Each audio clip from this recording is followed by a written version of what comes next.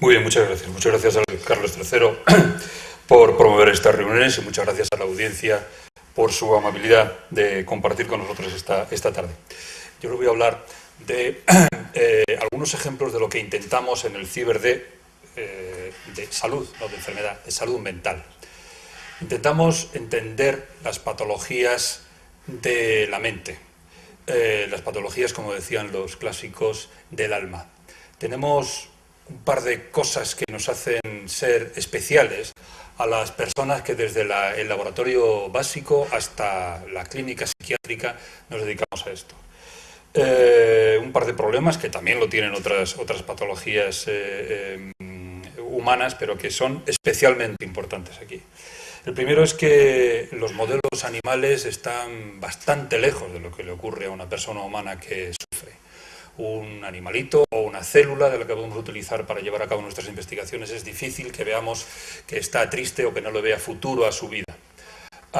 Y por otra parte, tenemos el problema de cómo diagnosticar la enfermedad mental. Nosotros no tenemos una onda Q, unos niveles de hemoglobina glicosilada, no tenemos una enzima que puede estar aumentada o disminuida en el plasma de unos pacientes. Tenemos los test psicológicos, la consulta con el enfermo y pocas cosas más.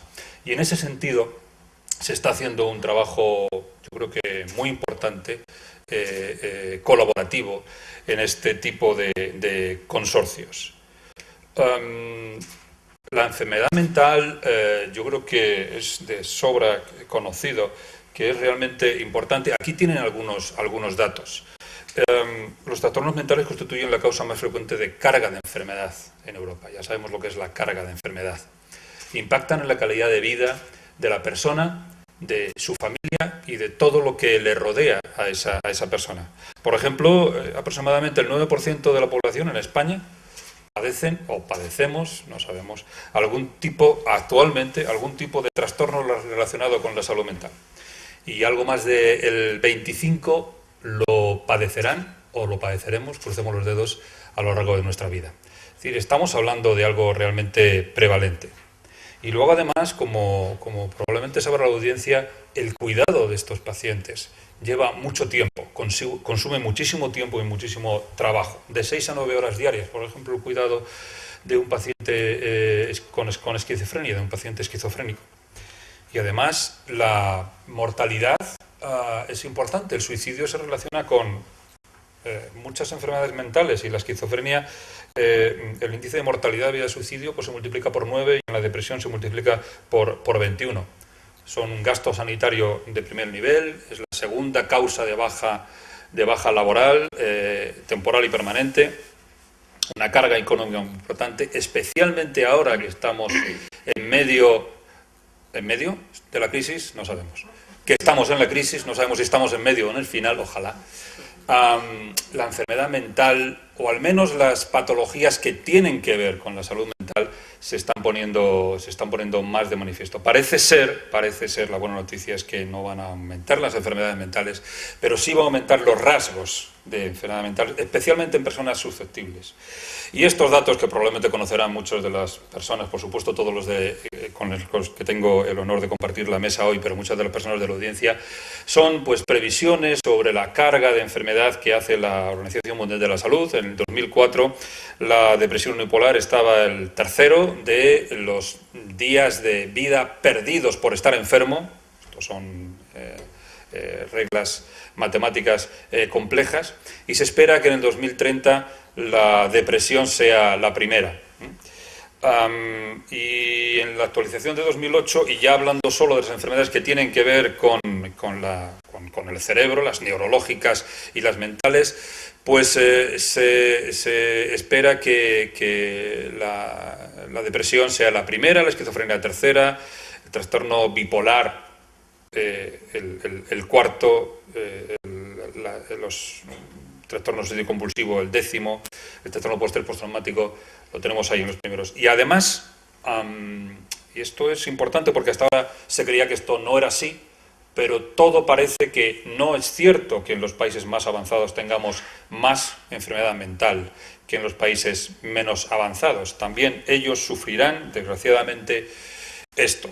Y bueno, más datos, pues aquí tienen un estudio último sobre el coste de la enfermedad en general del cerebro en Europa, y tenemos que los trastornos del estado de ánimo, los trastornos psicóticos, en fin, los trastornos de ansiedad ocupan los primeros lugares con un gasto muy importante. Nosotros nos dedicamos, queremos dedicarnos en el CiberSam a estudiar pues las principales causas de patologías mentales.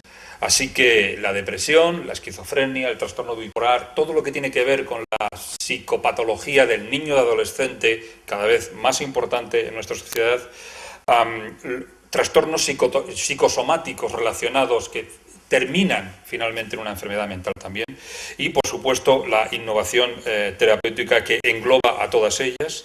Nosotros somos 26 grupos, tanto de gente que trabajamos en el laboratorio básico, como gente que trabaja en unidades de psiquiatría de hospitales, o incluso de epidemiología de hospitales.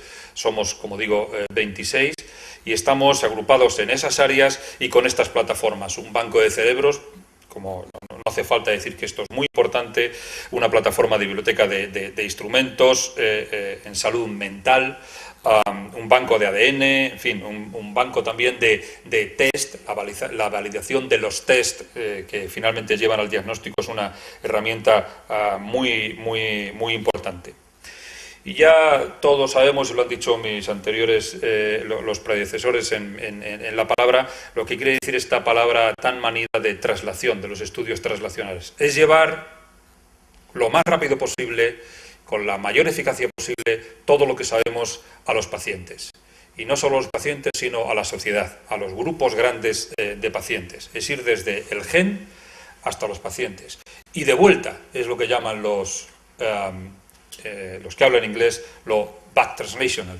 De vuelta también, los problemas que se ven en grupos de pacientes o en un paciente, intentarlos llevar a la placa de cultivo, a la celulita, a la ratita, a lo que utilicemos en el laboratorio.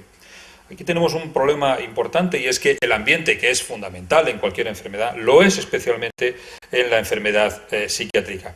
Y déjeme decirle algunos ejemplos, y voy a ir así a mata caballo, y además desordenados, de lo último que estamos haciendo en el ciber de salud mental. Quiero decir desordenados, que no van, no voy a hablar solo de una enfermedad y voy a pasar a la otra, no voy a hablar solo lo básico y lo clínico.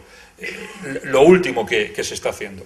Por ejemplo, este es un ejemplo del intento de predecir la expresión de una enfermedad evaluando el funcionamiento psicosocial, la cognición y la estructura cerebral. Es decir, tener más herramientas para diagnosticar mejor a nuestros enfermos. Hasta ahora teníamos, este es el caso de los bipolares, hasta ahora teníamos solo la entrevista, ver cómo esta persona se relacionaba con el mundo y ver si ciclaba, es decir, si pasaba de la depresión a la manía más o menos rápido. Y tenemos herramientas farmacológicas para ayudarle, pero, por ejemplo, aquí se pone manifiesto que con algunos mapas de conectividad cerebral nos valen para saber que efectivamente las personas que tienen más ramificaciones en la materia blanca van a mejorar su funcionamiento general, y además lo van a mejorar si tienen previamente un índice, un cociente de inteligencia más alto.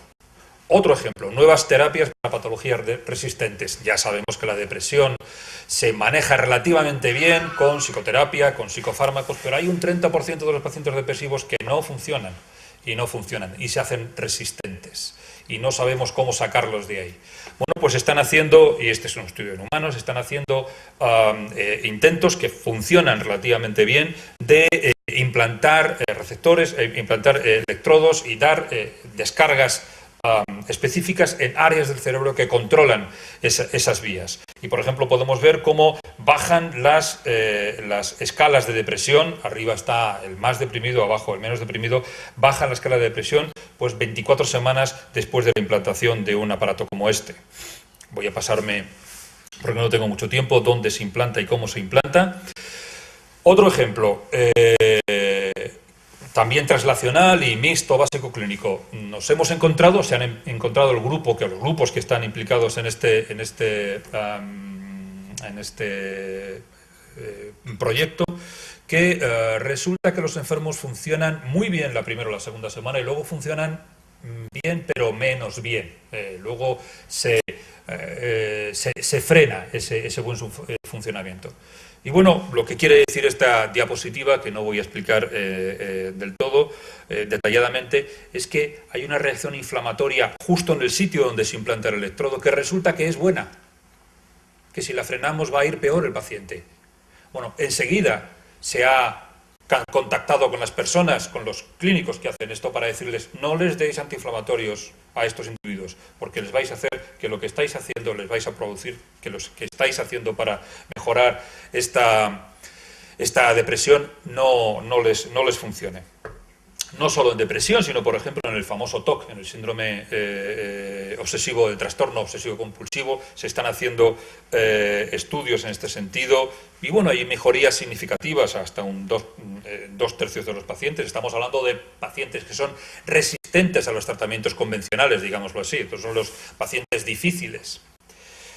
Estudios en imagen en animales para saber dónde tenemos que tocar con el electrodo, qué área es la responsable de encenderse o apagarse cuando nosotros estimulamos con un electrodo. Es otro ejemplo, cómo supervisar los efectos de la estimulación cerebral profunda.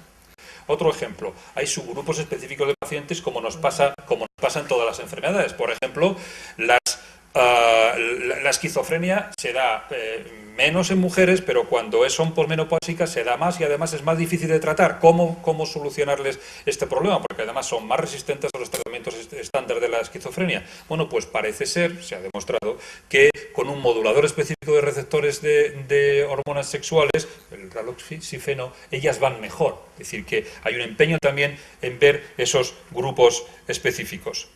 Mapas de conectividad que nos van a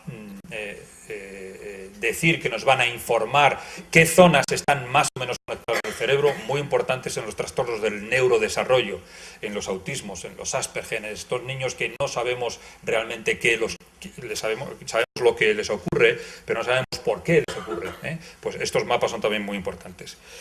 Tenía más cosas, pero no me da tiempo a explicarle más. En general, quiero que se queden con la idea que, como en todos los casos de los ciber que han hablado antes que yo, la idea es hacer un consorcio, y realmente creo que está funcionando, un consorcio que lleve lo más rápidamente posible los hallazgos desde el laboratorio a la clínica y de vuelta para un mejor tratamiento de los pacientes y de la sociedad.